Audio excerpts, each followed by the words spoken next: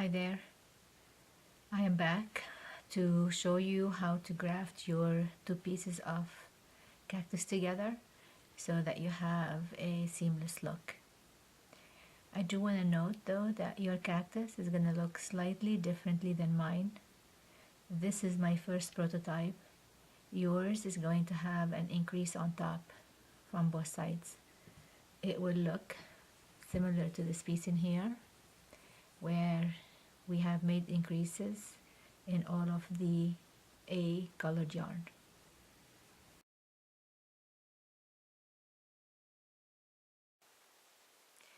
I have the two sides of the scarf that need to be grafted together, and I took the time to cut the yarn, the main color, the color A yarn that I'm going to use for grafting. I cut it 4 times the width of my scarf, which should give me enough yarn to graft with. I did that on both sides because I wanted the flexibility to use either one of those pieces toward me, because you have to put one piece toward you, flip the other piece the other direction, and put it to the back, so you'll be grafting the two pieces together like that. And with the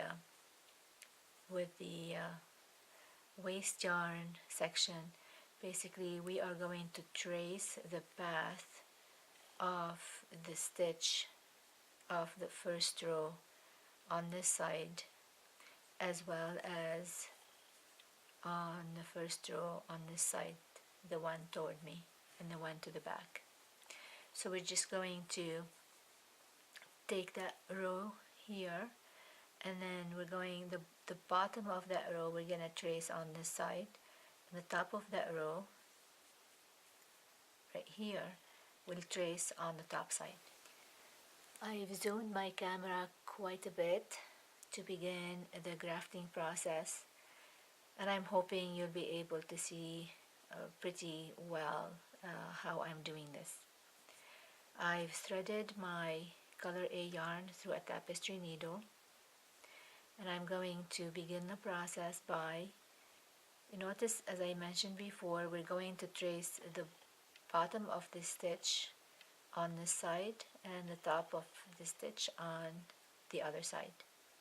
So you see the stitch in here is coming through underneath, and it's going to go around like this. So to begin the process, then we're going to insert this needle from underneath through that stitch. We're going to pull it all the way through.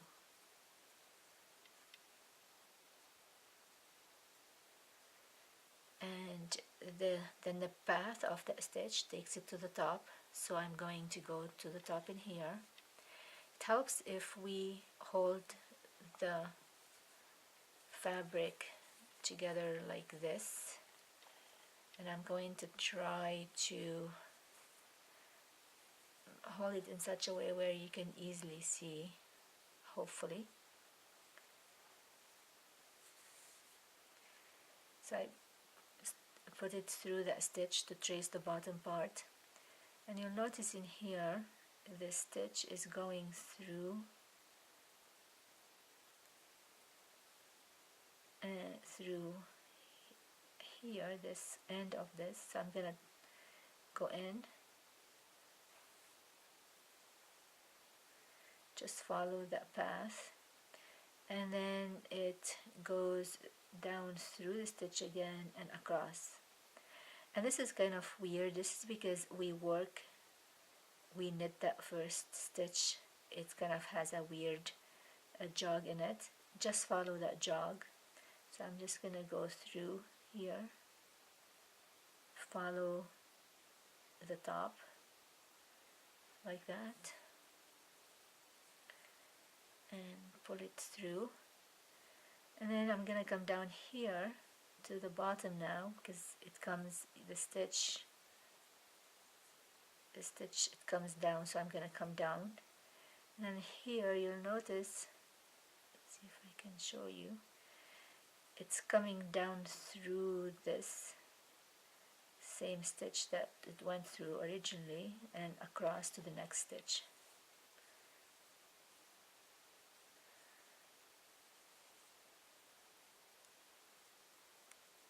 And then we're not going to worry about the waist section yet because we're going to cut it at the end.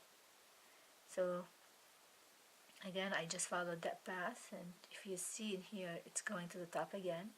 So I'm just going to go to the top right here, and I'm going to trace it at the top, across the top, just like it's showing in there. See that? It's showing across the top. And then it's coming down, so I come down to the bottom section, and you'll notice it's coming, let's see here, this is my color B stitch. It's coming through the color B stitch and across to the next one, just like that.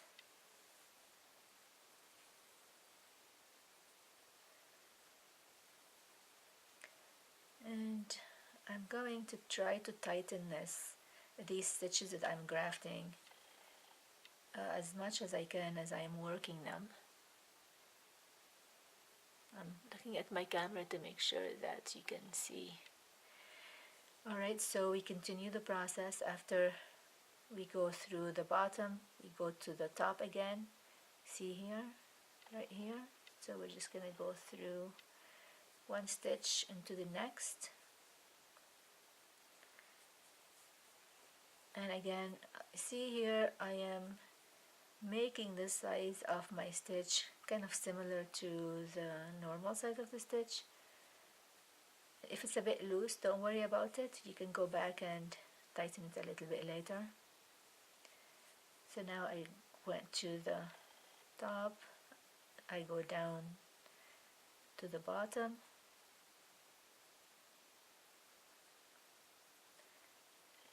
see, I go through here like the stitch is going,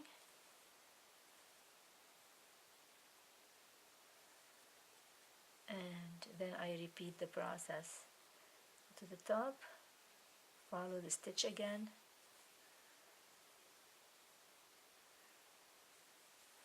and continue the process. I'll do a couple more.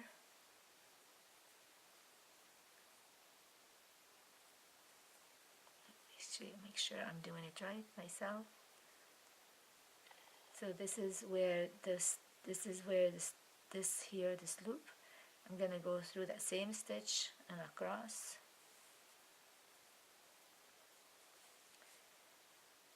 So I will do a couple more.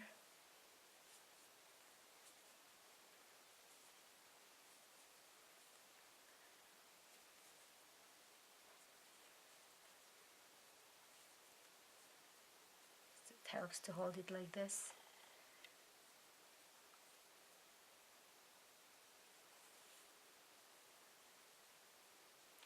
Now if you are familiar with grafting and you have your own way of grafting without using or used to doing grafting without using the waste yarn section, feel free to do that. You don't have to follow this.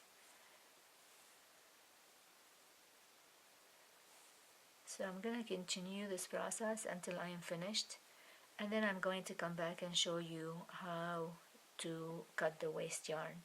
So if we flip back, you'll notice, so I've got, this is my grafting line, row, and then when I'm done, I'm going to come and remove these two sections.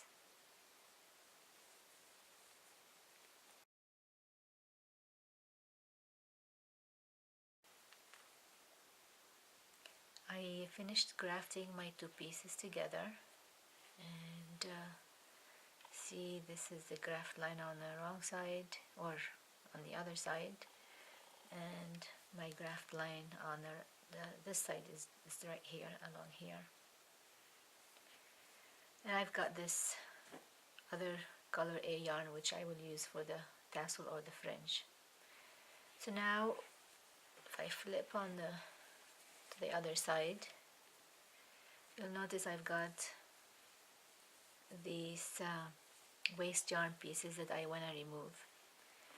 Now the safe way of removing these pieces is to actually just go, see this yarn here which starts the starting point for at least this this side. I'll just unravel it like this, and I'll just continue to remove it like that. This way you don't have to cut any of the strand and the loops, and this way you also you don't risk cutting your own fabric, the real fabric. So just remove it, and if the yarn gets long, just bring a scissors and cut it away from the fabric like this, and then continue to remove it just like that. You can use your needle tip or a tool like this that I am using. Just continue to do that all the way to the end. Similarly here, I'm actually going to I'm not going to continue with this. I'll just show you the other side. Flip the scarf to the other side until you get to the starting point of the other waste yarn section.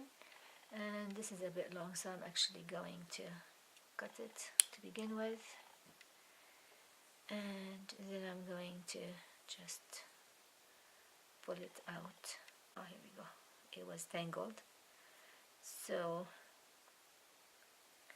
I'm just going to pull it out just like I did with the other side.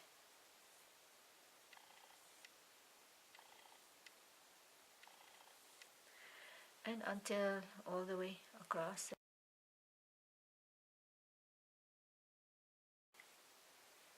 I have completed the removal of the waste yarn sections in the back, from the back rather. And I know this is where the graft line is because I've got all of these yarn tails there. I want to show you one thing, just in case it bothers you, like it bothers me. You'll notice there is a color A yarn or stitch rather, or half stitch in the column where there should be color B.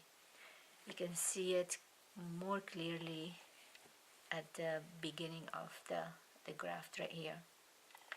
But luckily we have our color B yarn where we can minimize that effect if it bothers you, like I said, like me. So just go ahead and put that color B yarn on the threaded through the tapestry needle, and just I believe you can see here, just go under through where this stitch is coming, is the base of it. Just go underneath there like that, and then just trace that stitch like a duplicate stitch method. Just trace it and then just go back down through,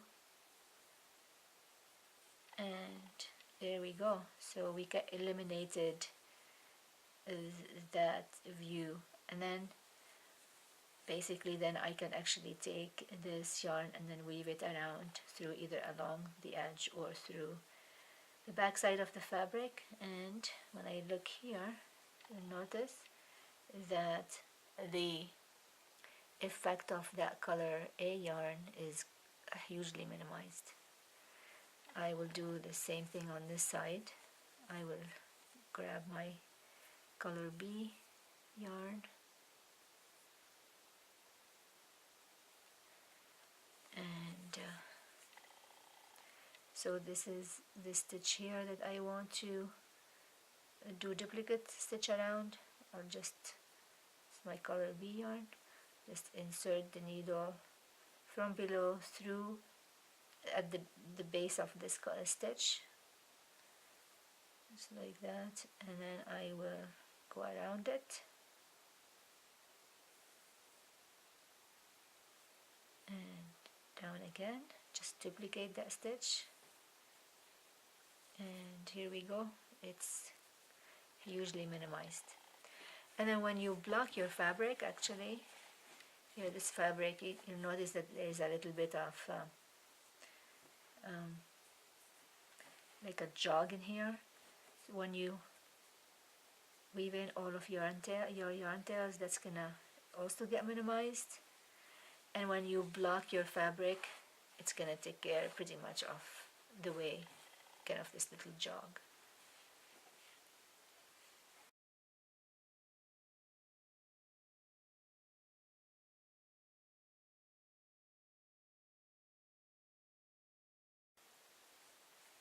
There are a couple of more tips that I would like to share with you before this video is completed.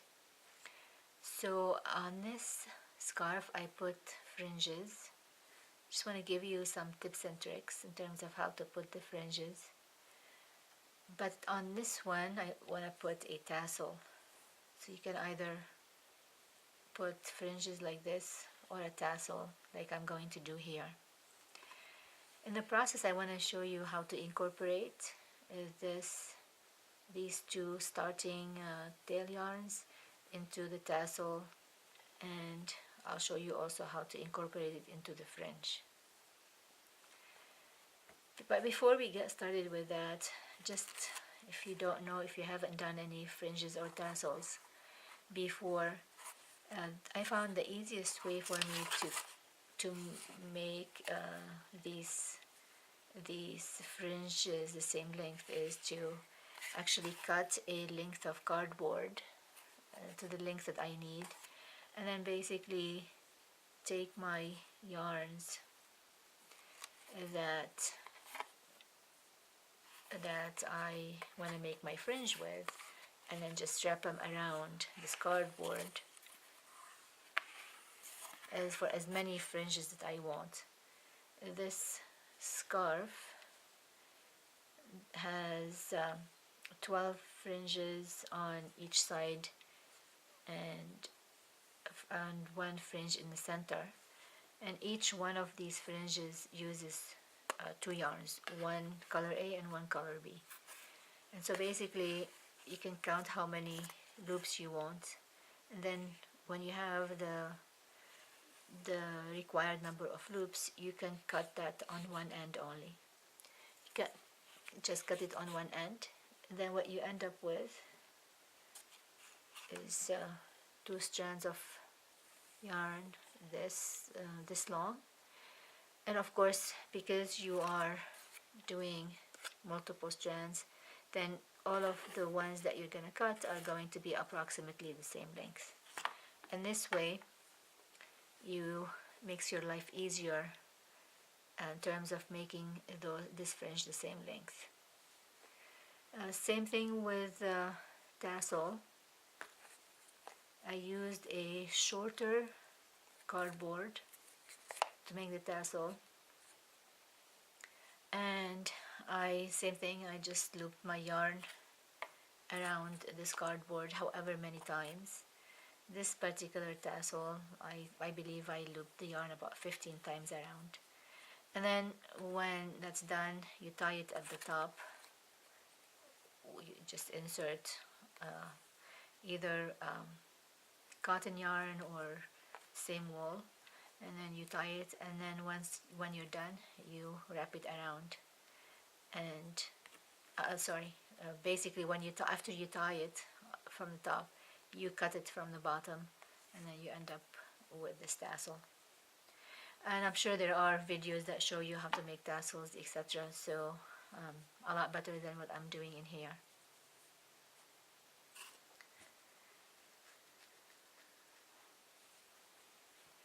Alright, so moving on to how to take care of this. So first what I'm going to do, and I'll show it both ways in terms of when I put a tassel and then when I put a fringe. But first I'm actually going to insert my yarns through the tapestry needle. I'm going to insert both of them at the same time to save time here. And I'm going to actually loop them through this bottom around once,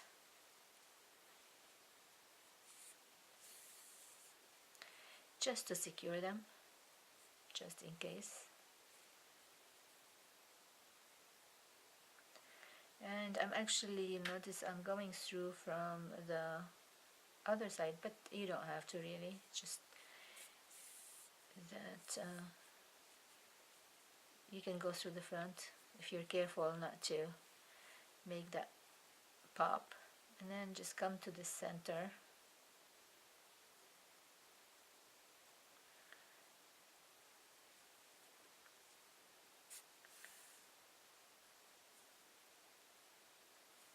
Okay, when that's done, basically then you want to anchor your tassel. I'm not gonna show this right now. I'm just gonna show you the next steps. So you do this, you anchor your tassel, then what I like to do is I just go through the center of the tassel from the top down. Just pull these yarns through like this, and then obviously when the tassel is anchored, this is gonna be up here like this. And then once you pull these yarns through, you can just cut them to length, and this way you don't have to weave them anymore around and bother with that. And then there you go, you get a tassel, etc. I flipped over to the other end of the scarf, and I want to show how to incorporate the tail yarns into fringe, similar to what I have done in here. Again, I'm going to take these yarns and secure them a little bit by going around.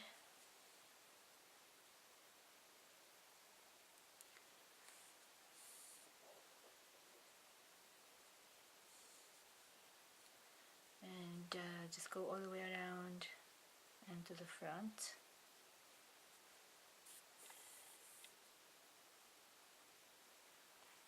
So they're back to the front and the center of the front. Then I'm going to take my 2 fringe pieces,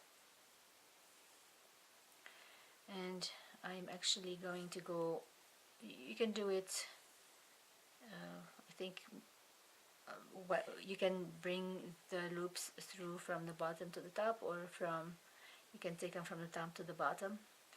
I actually want to take my crochet hook from underneath and bring these loops through, both of them. Remember, this is my tail yarn, these are the loops that came from the fringe. And as you're making it, make sure that that the loops are even. So I just grabbed the bottom of them and I pulled on it. And then basically what you're going to do, you're going to take all 4 of these loops, the 2 that come from the cast on, and then the 2 that come from the fringe yarns, and then pull them through that opening,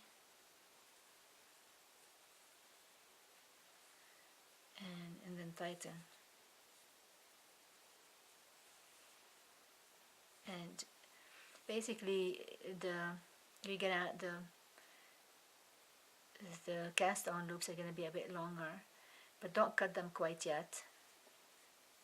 Go ahead and place the fringe across the entire section, and then at the end you can just go ahead and trim the ones that are a bit longer.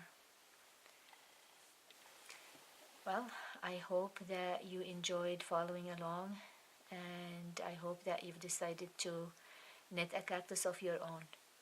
Thank you so much for watching, and happy knitting.